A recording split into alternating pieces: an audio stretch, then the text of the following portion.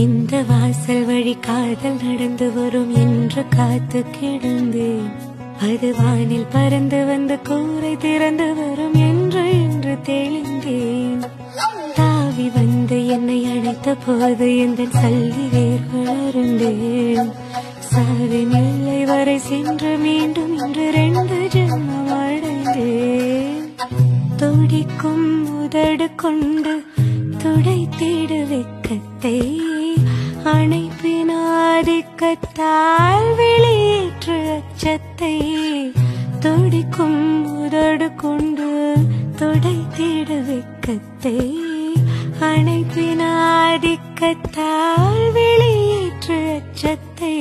சுகமாய் சுகமாய் கொள்ளையிடு, என் உயிரை மட்டும் விட்டுவிடு.